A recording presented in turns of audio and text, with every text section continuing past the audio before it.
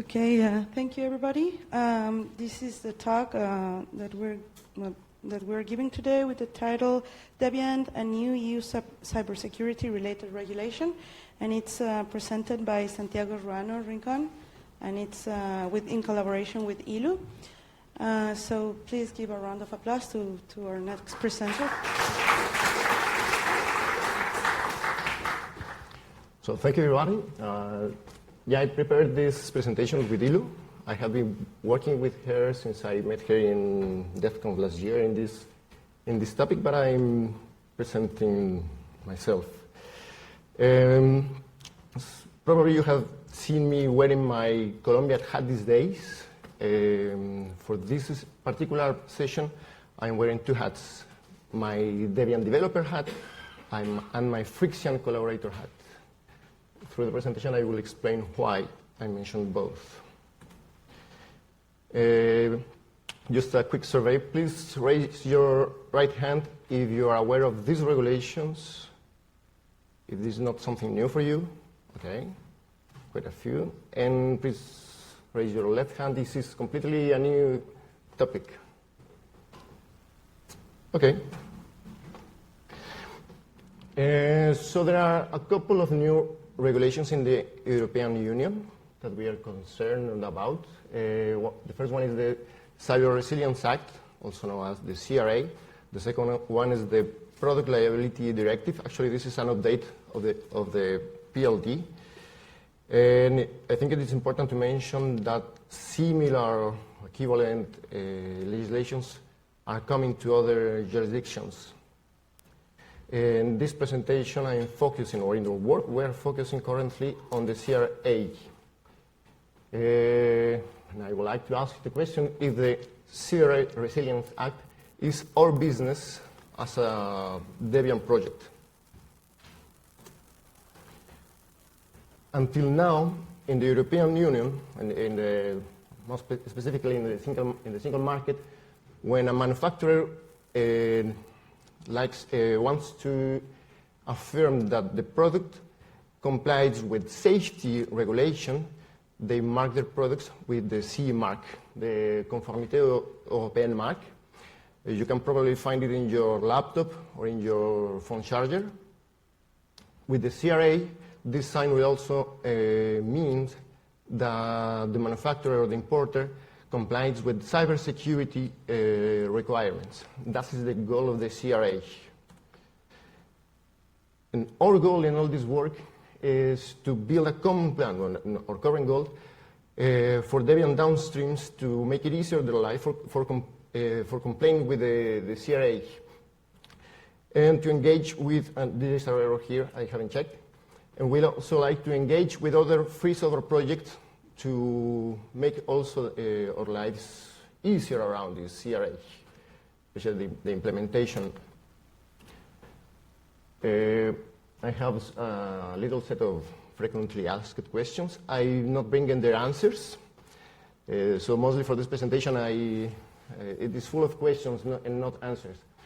Also, this is not legal advice. If you find yourself in a commercial activity involving software and the European market, please look for a formal legal advice. So, should I be concerned by these new regulations if I contribute to Debian as a volunteer? If I sell Debian-based products in the European Union market? If I sell Debian-based products outside only of the European market? If I only sell services? I can tell that people working as a volunteer are out of the scope of the CRA if they are working as a volunteer. For the rest, I will say that there are at least one regulation that applies to you. I am discovering this subject, probably as many of you, so I think it's a good idea to do a little European Union legislation 101. So how a new legislation is adopted in the European Union. First, the European Commission drafts a proposal for a legislative act. I will arrive. Then the Council of the European Union proposes amendments or changes then the European Parliament also proposes some amendments or changes, and it happens a period called trilogue with all the three bodies discuss until they reach a compromise on the proposal. This is followed by the Parliament, who needs to vote for the trilogue document, and this is where the CRA is at this moment. Then the Council votes on the trilogue document. We should expect that there are no more changes on this. Then there is a publication in the official journal of the European Union. Then the Commission has to write some delegated acts and guidelines, and finally some harmonized standards. I would like to advertise here a website of a tool by the Commission called Has Your Say. If you want to contribute in all this legislation process, I think it's a very good thing to do, especially for you citizens. I think it is important. It's also good to mention a difference between regulations versus directives.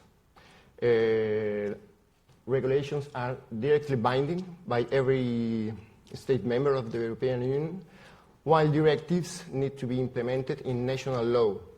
The CRA, for example, is a regulation that has been already adopted by the Parliament, while PLD has been set, but it needs to go through the process through every single state member to implement it. So let's focus in on this CRA. The goal of the CRA is to have more secure products, more with digital elements, digital components in the EU market, which it's a good goal, I will say. A little bit of history and the current status. The Commission proposal was filed in 2022 in September. Then the Parliament and the Council positions were shown on July in 2023. It was followed by the trilogue negotiations between September and November. November last year, we, as Debian, we made a public statement on the drafts that were public at that moment before the trilogue. Then the CRA was adopted by the Parliament the last month of March. And so yes, we are waiting for the final adoption by the Council and the publication in the official journal. 3 years later, after the publication, the CRA will enter into enforcement. We also are waiting for the harmonized standards, as I said, and the guidelines provisioned by that should be provided by the Commission. So, what are the main components of the CRA? In the CRA, we will find rules for placing digital products in the single market, obligations for different actors, manufacturers, importers, integrators, security-related essential requirements. This is what the CRA is about. Some vulnerability reporting obligations through European bodies.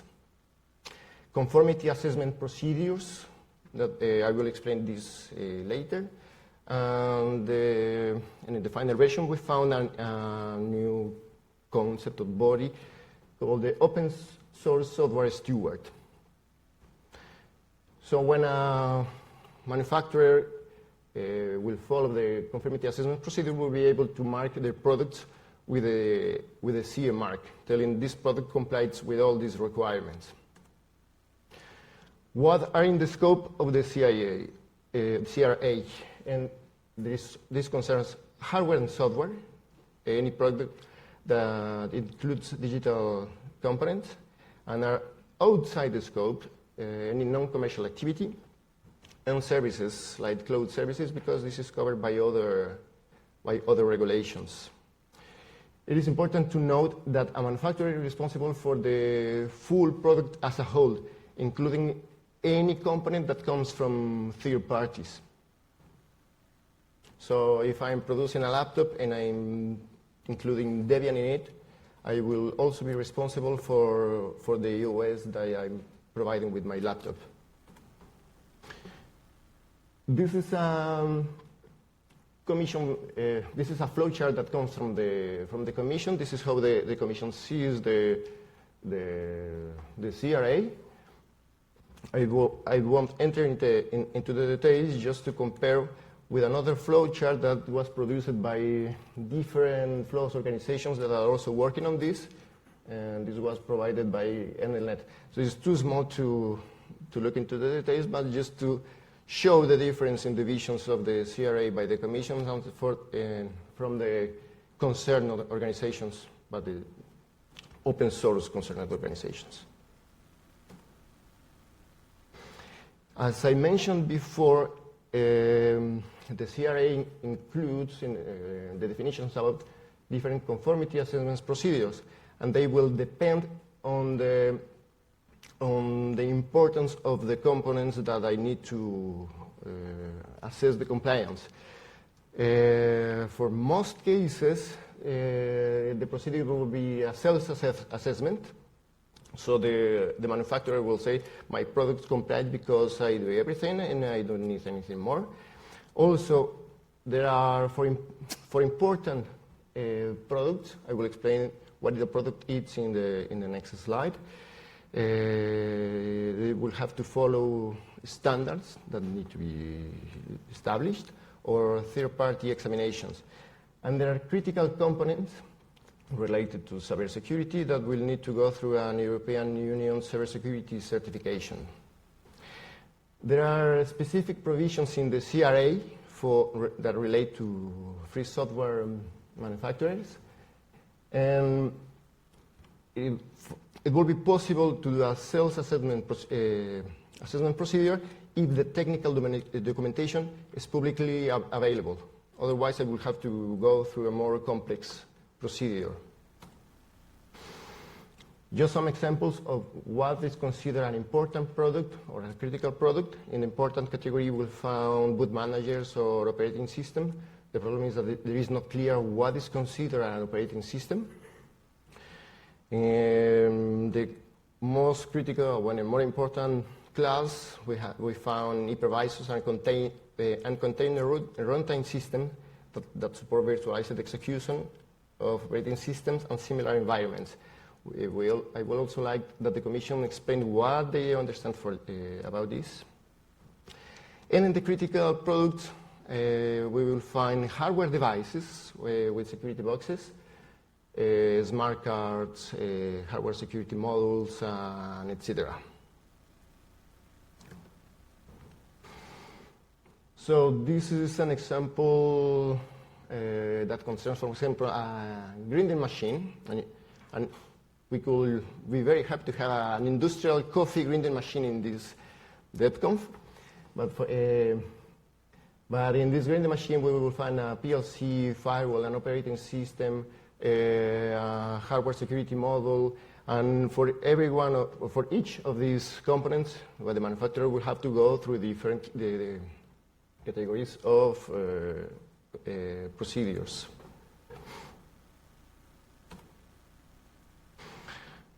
What will be the impact of the CRA in FLOWS projects?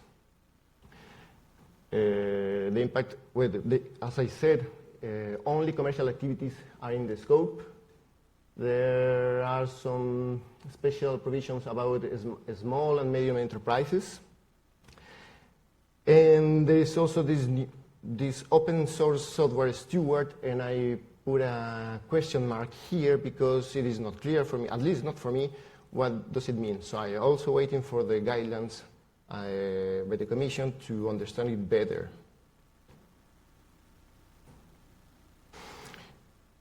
What is our proposal? And I will repeat it again. The idea, or our idea, is to help to Debian downstreams to collaborate to make available in Debian all the possible requirements. And I think this is more or less how we work in the open source software. if we work together, even if we are in different companies, I think there is a win-win position. So I think this is the path to follow, in our opinion. To give some more concrete examples, regarding Debian, these are different categories about the requirements as we see in Debian. There are some package-independent general procedures, how the vulnerabilities are handled, system configuration procedures, package-dependent information, public technical documentation, and user information and instruction. So let's see some example from some of them. The list is very long, and I won't go through all of them because you will fall asleep very quickly. This is package independent. For example, a product should be supported at least for 5 years. At least for the case of Debian, this is already covered by Debian LTS, even some exceptions apply. Also, the CRA requires that the user should be able to reset the product to its original state. Hopefully, this is also covered by apt-get purge. But this is a question to be answered. We should provide security updates without delay. I don't know what the Commission considers without delay. Probably this should be documented that we do as best as we can. Also, this is also in the package-independent general procedures. The CRA requires that the product follows regular tests and review of product security. This is, to the best of my knowledge, something that needs to be done because there is no regular procedure to do this.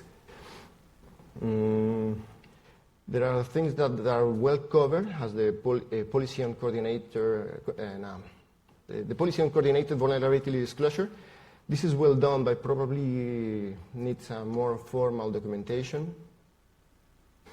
We need to store the security updates for 10 years, and this is already the case in archive.debian.org. Regarding vulnerability handling, CRA requires that the manufacturer reports the vulnerability to upstream. Probably this should be done through the bug tracker, but I think we already done that. But it also means that Debian downstreams we have to do that towards Debian, and also the CRA requires to share the fixes with upstream. So what will this mean for commercial downstreams of Debian? One thing that raises many questions is the risk information on archive. No, actually, no, this is not, sorry. I was missing a point. Something that needs to be done is to document the risk, to document what is the security status on archived versions. And for that, we need to include on the metadata, probably, what are the supported versions upstream. More on vulnerability handling. Currently, the different tools, especially in the security tracker, we don't include the severity of a vulnerability. With my friction hat, I would like to give more load to the already very busy security team to ask them to include a severity or to handle the security score for every CVE of a package included in Debian. But this is something that needs to be done according to CRA.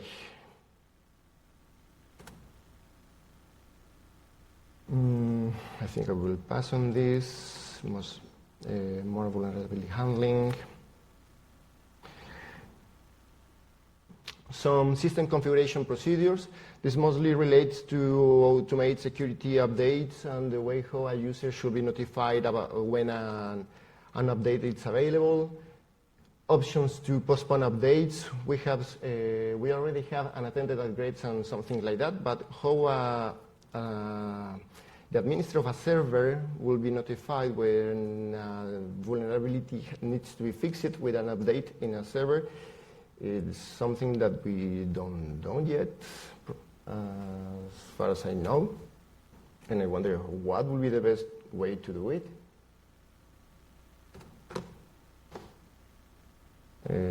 I think we can pass this, also this. There's more requirements about system configuration. And there is a list of requirements that depend on every single package.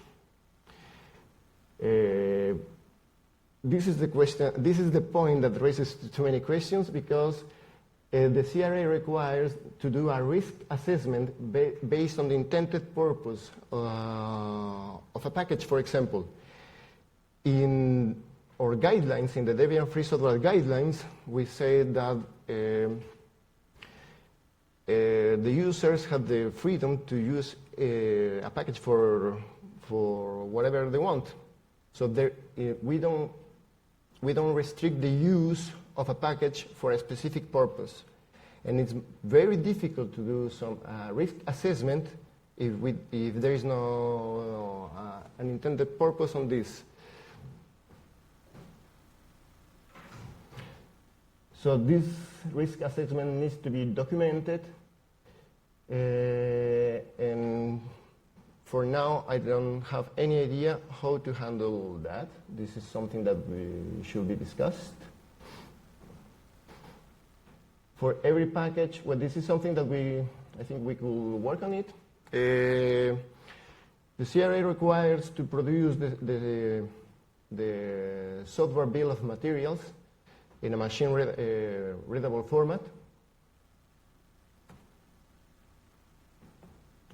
The CRA also requires the manufacturer name, the trademark, postal, email, website to be publicly available. Part of it could be handled in formats that we already have. For example, in DebConf that allows to document the upstream contact and name. But this should have to be done for every single package in Debian. This is the continuation of the list. As I said, I won't enter into the details. We already have above about that. The more list on the list goes on, I think we can go through this. Since this concerns the commercial downstreams, part of the requirements need to be done at a downstream level. So probably Debian as itself doesn't have to carry about that.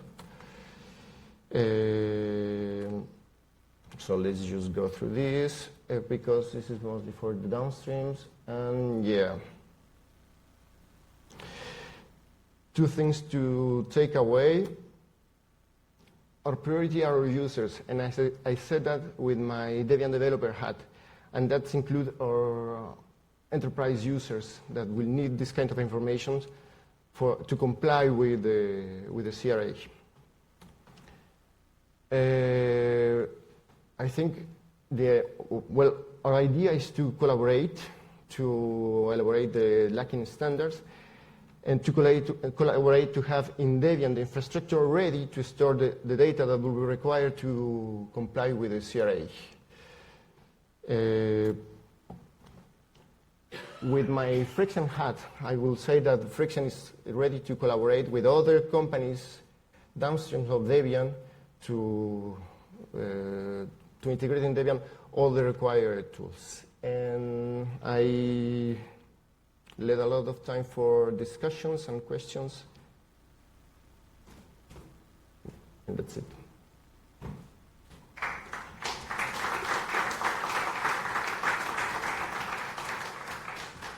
Okay, thank you, Santiago, for your talk. Now it's time to go to the questions. If anybody has a question to make.